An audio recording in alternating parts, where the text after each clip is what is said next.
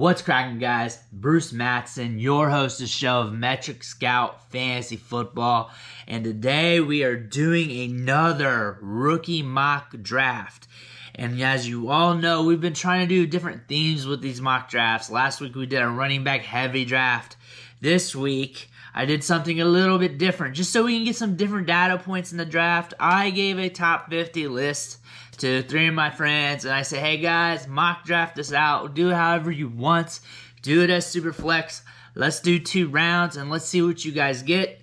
They did the draft. They gave me the results, and we're going to be going over it here on video. Again, this is Superflex. We're doing 2 rounds, and we're going to be covering it here right now.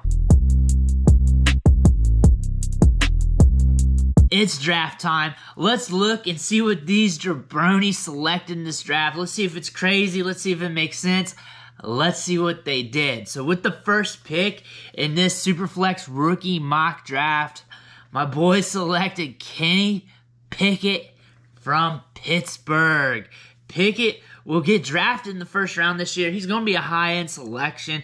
Will he be the first quarterback off the board? We won't know till draft day, but we know he's going to be one of the top dudes. He demonstrated that he could sling the rock downfield, has a strong arm, also has a little bit of mobility. If you're questioning that any way, shape, or form, just look in the ACC championship game where he did the fake slide to get that touchdown.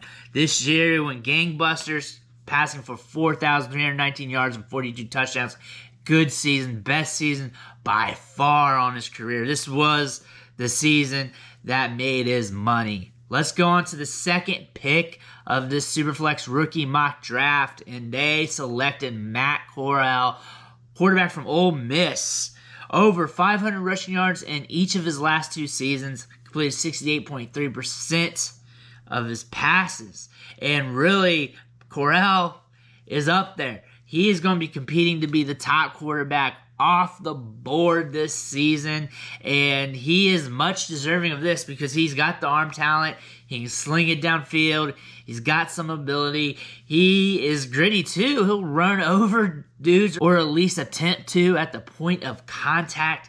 Matt Corral is a very talented passer. I like him a lot. At the 103, we're going to be selecting a running back here, and at this spot with the 103, we're going to be selecting Bryce Hall, running back from Iowa State, 6'1", 220 pounds, rushed for 3,941 rushing yards and 50 touchdowns on his career. This season, he averaged 2.83 yards after contact per attempt, 82 career catches, so he can also be used in the passing game. He runs with power. He's got a little bit of pop in his step. Overall, has been productive since his freshman season until the end of his collegiate career. Moving on to the 4th pick of this draft, they selected their first wide receiver off the board, and they went with Garrett Wilson from Ohio State, 6 foot, 188 pounds. One of the top wide receivers in this class. A lot of people have him as the wide receiver 1. He's usually the wide receiver 1, wide receiver 2 range in a lot of people's rankings. This year had 24.16% market share of Ohio State's passing production, which is pretty good for a Ohio State wide receiver, considering you're sharing the field with Chris Olave, Jackson Smith, and Jigba. Averaged 3 yards per route ran. Solid production numbers there, and had 417 yards after the catch. Garrett Wilson will be a first-round wide receiver this year. Moving on to the 105 spot, 5th player off the board. We're going back at running back, and here they selected Isaiah Spiller, running back from Texas A&M, 6'1", 215 pounds, rushed for 1,016 yards and 6 touchdowns this season, averaged 3.63 yards after contact per attempt, and forced 56 missed tackles. He was used a little bit more in the passing game this year. What I liked about his receiving usage or passing volume was he was used a little bit more downfield, showcased a little bit more of his receiving ability. He will be one of the first running backs selected in this year's draft. Moving on to the 106. It's kind of surprised that he slipped a little bit in this draft down to this spot, but it's wide receiver from Arkansas, Treylon Burks. He's 6'3", 225 pounds. He's drawing comparisons to A.J. Brown, Josh Gordon, and he's got the size, he's got the speed, and it's going to be interesting to see what he does on his pro day at the combine. But he had a 41.15% market share of Arkansas's passing production, had 3.57 yards per out run, and a 9.3 yards after the catch per reception. Treylon Burks is a beast, first-round prospect, and I see big things in his NFL career. Moving on to the 107. Mind you, it's Superflex, so we're going back to the quarterback well. They selected Malik Willis, quarterback from Liberty, and Malik Willis is a wild card because he is kind of raw, but he does have the talent to go nuclear at the NFL level. At the quarterback spot, think of Jalen Hurts. Not a direct comp, but more like towards fantasy football prowess, where Jalen Hurts isn't the sexiest quarterback on the field, but when it comes to fantasy football results, he gets it done. And Malik Willis has this ability to sling the rock downfield, make magnificent plays, but then the few plays later, it looks like a chicken with his head cut off. However, you can't ignore his rushing upside. You can't ignore the ability he has when it comes to slinging that rock downfield, hitting those tight windows. If he goes to the right situation, gets the right opportunities, has the weapons around him, he could do big things. Moving on to the 108 spot here, and we're still going quarterback, Superflex, and here they selected Sam Howell, quarterback from North Carolina. About time he went off the board. First-round prospect in this year's draft. Looked good at North Carolina from his freshman season till now. And this year, he showed a little bit of his rushing upside, rushing for 852 yards. And that's mainly because he lost a lot of his weapons from the year before. He lost Diami Brown, Daz Newsome, Javonte Williams, and Michael Carter, and he just had to pick it up. He still can sling it downfield. He averaged 11.4 average yards per attempt, so he can move the ball downfield. He's got a little bit of rushing production, and he's accurate. I think he's being slept on by the draft community. I feel like his stock's going to rise as we get closer to draft day. Let's move on to the 109, and here we are going back to the wide receiver spot. They selected Drake London, wide receiver from USC, 6'5", 210 pounds. He's drawing comparisons to like Mike Evans, Brandon Marshall, Vincent Jackson. He can get downfield, climb the ladder, and make those contested catches. One of the most productive wide receivers in college football this year, 30.28% market share, even when you factor in the time missed from the injury. Season cut short due to an ankle injury, but was still very productive. One of the best wide receivers in college football. Moving on to the 110, the 10th pick off the board. They went back to the running back well, and here they selected Kenneth Walker, Michigan State, 5'10", 210 pounds. And this guy was competing for the Heisman earlier this season. Had a big game against Michigan to cap off that career. Rushed for 1,634 yards and 18 touchdowns. Just blew up. Averaged 6.46 yards after contact per attempt. That's just one of my favorite stats out of college football from all these prospects that I'm seeing this year, because that's more than a lot of running backs as yards per carry. He also led the nation with 89 missed tackles. Let's move over to the 11th pick, the 11th player off the board. Here they selected Jameson Williams, wide receiver from Alabama, 6'2", 189 pounds. Tore his ACL in the national championship game, but he has been productive. Looked very good at Alabama. Good chance that he'll be a first rounder still. Had a 31.94% market share of their passing production. Took over instantly this season. One season of production, but that doesn't concern me. I'm not concerned of the ACL either. Averaged 3.17 yards per route run. Good efficiency metrics, and had 662 yards after the catch. Let's go to the last pick of the first round. 12th player off the board at the 112, and here they drafted David Bell, wide receiver from Purdue. Imagine they were thinking of me with this pick. 6'2", 205 pounds. He's been productive since his freshman season all the way to the end of his career at Purdue. This year I had a 31.47% market share, produced passing production, had 2.7 yards per route run, and he has the goods, can run crisp routes, good ball skills, good release. There's really not much he can't do. There's not many negatives to his game. Draft capital is really going to matter when it comes to his Dynasty fantasy football stock. That's it for the first round. Let's move on to the second round. 13th player off the board at the 201, they selected George Pickens.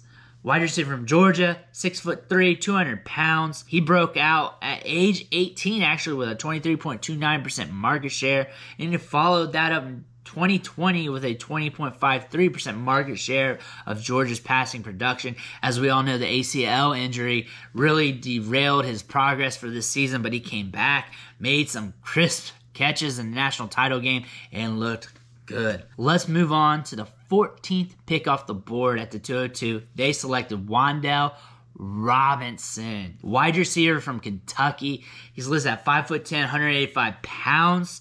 There's a picture floating around on the internet of him standing next to Rondale Moore. They're similar size and height. So it's interesting to see where he'll weigh in at, where he'll measure at when it comes to the combine pro days. But he blew up at Kentucky this year with 1,342 yards, 7 touchdowns against SEC competition. But he broke out initially at Nebraska. That's where he started his collegiate career at. Year 2 at age 19 with a 30.31% market share. So really he broke out with 2 collegiate programs.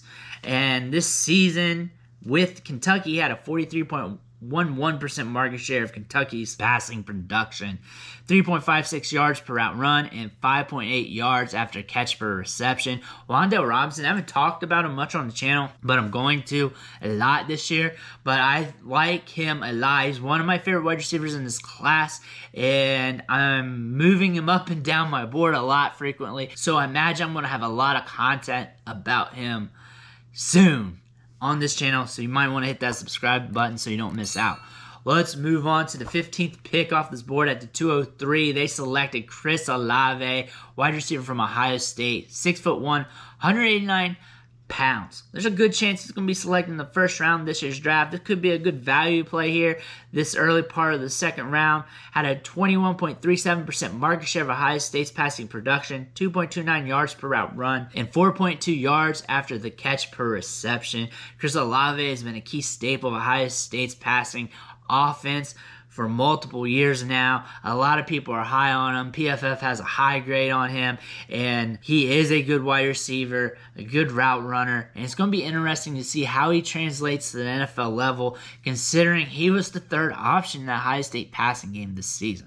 Moving on to the 16th pick in this draft at the 204.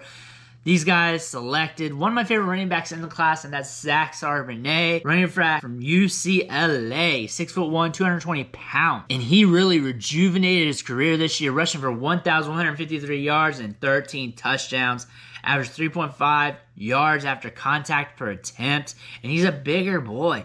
He's team thick. He can lay the boom at the point of contact. He had 69 forced missed tackles this season. I look for him to get at least day 2 draft capital. There's a chance he could maybe fall because we might be leaning too heavy on his high school recruiting profile when he was a 4-star recruit going to Michigan. But he did show a lot of life there at UCLA this year. He had some production, looked good, had some big performances, but I'm very interested in his prospect profile. Let's move on to the 17th pick at the 205. Here they selected Johann Dotson from Penn State. He's 5'11", 184 pounds, and he excels at the catch point. He can really extend his arms overhead, make those grabs, his really sticky hands. He racked up 1,182 yards and 12 touchdowns this year. Broke out at age 20. His junior season with a 38.37% market share. This season, he finished with a 35.89% market share of Penn State's passing production. And considering how the mock drafters have him rated, there's a chance he might go in the first round this season. Moving on to the 18th pick, the 206 in the Superflex rookie mock draft. The boys drafted Tyler Agier, running back from BYU. He's 5'11", 220 pounds. He's also team thick. He's been productive. Back-to-back 1,000-yard seasons. This year, rushed for 1,611 yards, 23 touchdowns. Also can catch the ball a little bit out of the backfield. 46 catches in his last 2 seasons. This year, he's been averaging 4.16 yards after contact per attempt. I look for him to get day 2 draft capital, whether it's second round, third round, because I feel like NFL teams can really use his skill set and his big body, his aggressiveness, ability to be used on all downs. That can really be valuable at the next level. Moving on to the 19th pick in this draft at the 207, they drafted Kyren Williams, running back from Notre Dame. He stands at 5'9", 198 pounds, and he runs with a lot of bursts. He can get up to top end speed pretty quick. He blocks his face off, averages 3.71 yards after contact per attempt. He can also catch the ball in the passing game, catching 42 balls for 359 yards this season. I think this is good value for a running back like him, considering how productive he was at Notre Dame and considering that there's a good chance that he gets decent draft capital. Let's move on to pick 20 at the 208 spot. They went back to the quarterback well here. Quarterback went dry for some picks. Well, at running back and wide receiver, it is pretty deep this season, so that's kind of understandable. But I feel like these quarterbacks are going to jump in value a lot closer to draft day, especially in these Superflex leagues. I felt like they got slept on a little bit. But here at the 208 spot, they drafted Carson Strong, quarterback from Nevada, 6'4", 215 pounds. He's got the strongest arm in the draft. He can really sling the ball downfield. The thing about his fantasy upside is he's not very mobile. He's not going to get you much yards on the ground. He's also got prior knee injuries. Looks like things are checking out, though, so those should not inhibit his ability to perform on the field. Let's move on to the 21st pick in this draft at the 209 spot, and they drafted Rashaad White, running back from Arizona State, stands at 6'2", 210 pounds. Had a good season this year, rushing for 1,000 yards and 15 touchdowns. He averaged 3.38 yards after contact per attempt. He's also been used in the passing game, catching 43 balls. On to the 22nd pick in this draft at the 210 spot. They drafted Skye Moore, wide receiver from Western Michigan. Skye Moore's 5'10", 195 pounds is what he's listed at. I kind of got him profiled as kind of like a slot receiver plus, where he's probably going to do most of his work in the slot. However, he can line up outside too and extend things out, so he's kind of versatile there. Add 1,291 yards this year and 10 touchdowns. I've had Skye Moore on some of my Devy leagues for the last few years now because he has been productive since the start of his collegiate career, and I'm very interested in his prospect profile. G5 players, they don't always hit, but they're guys that I like to gamble on when the production is there. Let's now move on to the 23 pick in this draft. At 211, they drafted Justin Ross, wide receiver from Clemson. He broke out as an 18-year-old freshman, and injuries derailed his career, but he came back to a 22.37% market share of Clemson's passing production this season. Justin Ross is a very talented wide receiver. He's being slept on big time this year. There's a chance that when everything's said and done, when the dust is settled, he might be the most productive wide receiver out of this class. He's a huge wild card because there's a chance he face plants, and there's also a chance that he shoots to the moon because you got to think this guy's coming back from a severe injury, and if he's just now starting to get back to where he was, we could be expecting big things from Justin Ross. On the flip side, he may never be back to where he was, and it may not get there for him. But at 211 in a Superflex draft, he's definitely worth the gamble. Last pick in this draft, pick 24 at the 212. And I'm surprised he fell this far in a Superflex draft, but they drafted Desmond Ritter, quarterback from Cincinnati. He had 4 great seasons at Cincy. Mobile, can throw the ball downfield, passed for 10,239 yards and 87 touchdowns on his career. Draft capital is going to matter for this guy because it is going to pay his dynasty value going forward. If he falls in the draft, he's going to fall in Dynasty. If he gets drafted first round, second round, he's going to get that draft capital, especially in rookie drafts. So he's a little bit of a wild card. That is the Superflex rookie mock draft.